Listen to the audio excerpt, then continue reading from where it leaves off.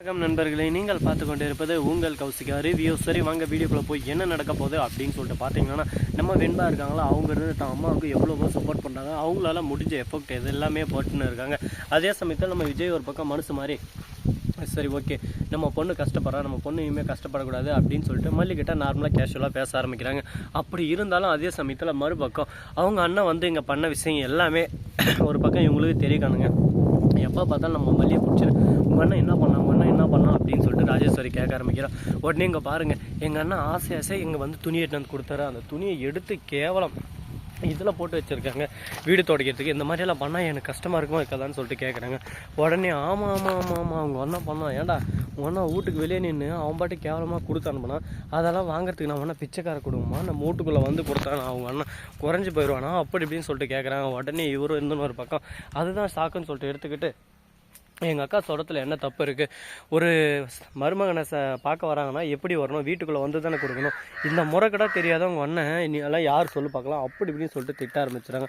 இதனால் கடுப்பாயிட்டு என்னடா இது எங்கள் அண்ணனை இப்படி மோசமாக பேசுகிறாங்களே, இவங்களால மன்னிக்கவே கூடாது அப்படின்னு சொல்லிட்டு இவங்க மனசுக்குள்ளே ஒரு பக்கம் ஆக்ரோஷமும் ஆவேசமும் ஒரு பக்கம் பறந்து ஓடுதுங்க. சரி இப்படியெல்லாம் ஒரு பக்கம் நடந்து இருக்கா, மறுபக்கம் என்ன நடக்குதுன்னு சொல்லிட்டு பார்த்தீங்கன்னா கரெக்டாக நம்ம வெண்பா குட்டி இருக்காங்களா, அவங்க இருந்து என்னப்பா எப்போ பார்த்தாலும் அவங்க என்ன சொன்னாலும் நம்புவீங்களா, நானும் தான் அப்போ இருந்தேன், அவங்க என்னென்ன பண்ணாங்க தெரியுமா, அப்படியே அந்த தட்டெல்லாம் வீசி அடித்து அவங்க வீட்டுக்குள்ளே வரத்துக்கு முன்னாடி நில்லுங்க, வீட்டுக்குள்ளே வரத்துக்கு என்ன அருகதை இருக்குது, நாய்ங்களா வெளியே போங்க அப்படி இப்படின்னு சொல்லிட்டு ரொம்பவே அசிங்கப்படுத்தி அனுப்புகிறாங்க. இதெல்லாம் உங்களுக்கு தெரியுமா, இதெல்லாம் தெரியாமல் உங்கள் இஷ்டத்துக்கு நீங்கள் பேசின்னு இருக்கீங்க அப்படி இப்படின்னு சொல்லிட்டு கேட்குறாங்க. இதை கேட்டதை என்ன பேசுறது ஏது பேசுன்னு சொல்லிட்டு தெரியாமல் ஒன்றும் பூரி எலை சொல்ல தேரி எலை கண்ண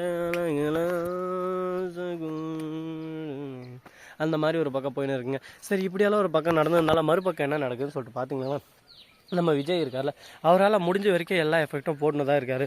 ஆனால் இதை யாருமே புரிஞ்சிக்காமல் ஒரு பக்கம் அவரை ரொம்பவே இழிவாக பண்ணிருக்காங்க. இதெல்லாமே கொஞ்ச நாளைக்கு தாங்க, அதுக்கப்புறம் ஓவராக போனால் எல்லாத்துக்கும் ஒரு லிமிட் இருக்குது. அந்த லிமிட்டுக்கு மேலே போனால் யாருமே விட்டு வைக்க மாட்டாங்க, எல்லாரையும் அடிச்சு தூக்கி தும்சம் மட்டும் மல்லி போயிட்டே இருந்துருவாங்க.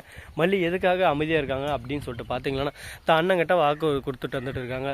தான் வந்த வீட்டில் எந்த ஒரு அசிங்கமோ அவமானமோ செய்கிற மாதிரி உங்களை தலைகுனிகிற மாதிரி நான் எதுவும் செய்ய மாட்டேன், எல்லாத்தையும் பொறுத்து இந்த பூமியை எப்படி எவ்வளோதான் நோண்டினாலும் அந்த பூமி எவ்வளோ தான் கஷ்டப்பட்டனால எல்லோரும் இந்த பூமியை தாங்குறாங்க, இந்த பூமி எல்லாரையும் தாங்குது, அது போல தான் என்னையும் எவ்வளோ கஷ்டப்பட்டனாலும் நான் தாங்கிவேன் அப்படின்னு சொல்லிட்டு வாக்கு கொடுத்துட்டு வந்திருக்காங்க. அந்த ஒரே காரணத்தில் தாங்க எதுவுமே பேசாமல் ஒன்றும் பேச முடியாமல் பல்ல கடிச்சிக்கிட்டு ஒரு பக்கம் சைலண்ட்டாக இருக்காங்க.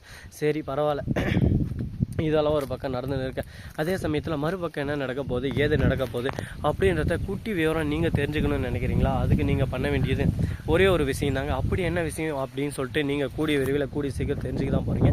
சரி இதெல்லாம் ஒரு பக்கம் போயிட்டு இருக்குது. அதே சமயத்தில் மறுபக்கம் என்ன நடக்குதுன்னு சொல்லிட்டு பார்த்தீங்கன்னா, கரெக்டாக நம்ம விஜய் இருக்கார்ல, அவர் வந்து மல்லிகிட்ட தனியாக கூட்டு மன்னிப்பு கேட்குறாங்க. ஏன் எதனால் அப்படின்னு சொல்லிட்டு பார்த்தீங்கன்னா, நான் பண்ணது தப்பு தான், என்னை மன்னிச்சிருங்க, இதுக்கு மேலே இப்படி பண்ண மாட்டேன் அப்படின்னு சொல்லிட்டு மன்னிப்பு கேட்டுன்னு இருக்காங்க. இதை பார்க்கும்போது ஒரு பக்கம் சந்தோஷமாக தான் இருக்குது, மகிழ்ச்சியாகவும் இருக்குது. நீங்களும் என்ன நினைக்கிறீங்க, உங்களுக்குள்ள ஒரு கருத்து இருக்கும், அந்த கருத்தை மறக்காமல் கமெண்ட் செக்ஷனில் சொல்லிவிட்டு போங்க, அப்போ தான் நம்மளுக்கு எல்லாமே புரியும்.